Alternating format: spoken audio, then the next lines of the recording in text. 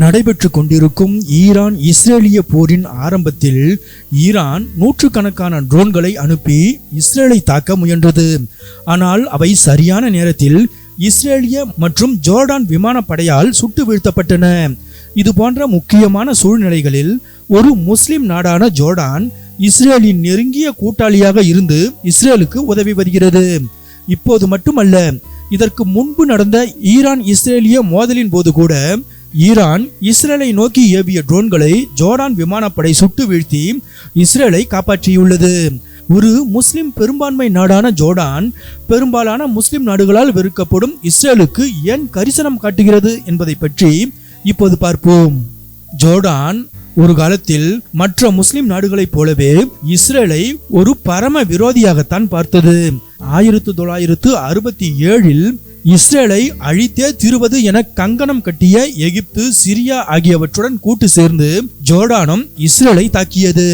இருப்பினும் அந்த போரில் 6 நாளில் அனைத்து நாடுகளையும் வீழ்த்தி இஸ்ரேல் வெற்றி பெற்றது. பின்னாளில் மத்திய கிழக்கில் இஸ்ரேலின் இடம் நிரந்தரம் என்ற உண்மையை புரிந்து கொண்ட ஜோர்டான் 1994 இஸ்ரேலுடன் ஒரு சமாதான ஒப்பந்தத்தில் கையெழுத்திட்டது.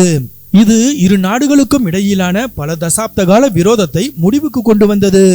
இந்த ஒப்பந்தம் இஸ்ரேலின் கொள்கைகளை முழுமையாக அங்கீகரிக்காமல் நீர் பகிர்வு, வர்த்தகம் மற்றும் பாதுகாப்பு போன்ற பிரச்சனைகளில் ஒத்துழைப்பை அனுமதிக்கிறது.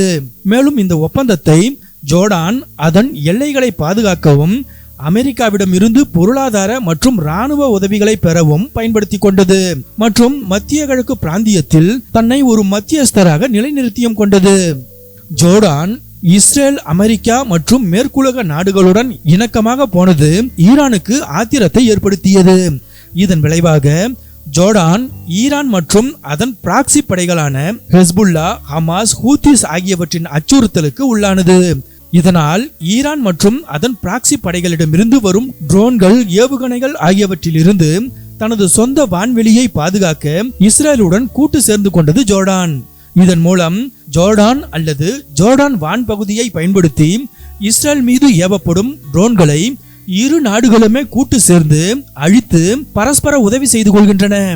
ஜோர்டான் அமெரிக்காவின் முக்கிய நட்பு நாடாகும் மற்றும் அமெரிக்காவிடமிருந்து குறிப்பிடத்தக்க உதவியை பெறுகிறது. பிராந்திய சமநிலையை பராமரிக்கவும் ஈரானின் செல்வாக்கை எதிர்க்கவும் இஸ்ரேலுடன் ஜோர்டானின் ஒத்துழைப்பை அமெரிக்கா ஊக்குவிக்கிறது. அதிக வேலையின்மை மற்றும் அகதிகளின் வருகையால் பாதிக்கப்பட்டுள்ள ஜோர்டானின் பொருளாதாரத்தை அமெரிக்காவின் உதவி ஆதரிக்கிறது. இது ஜோர்டானுக்கு அமெரிக்கா மற்றும் இஸ்ரேலிய நாடுகளுடன் இணைவதை ஒரு மூலோபாய தேவையாக ஆக்குகிறது. ஜோர்டான் இஸ்ரேலிய நல்லுறவு வரலாற்று ரீதியிலும் வேரூன்றியுள்ளது.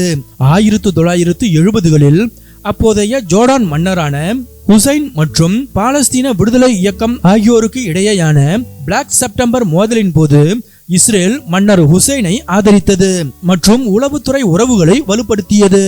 இதற்கு பிரதியுபகாரமாக 1973 யோம் கிப்பூர் போரின் போது இஸ்ரேலுக்கு எதிரான அரபு இராணுவத்தின் திட்டங்களை பற்றிய ரகசிய தகவல்களை ஜோர்டான் இஸ்ரேலுடன் பகிர்ந்து கொண்டது.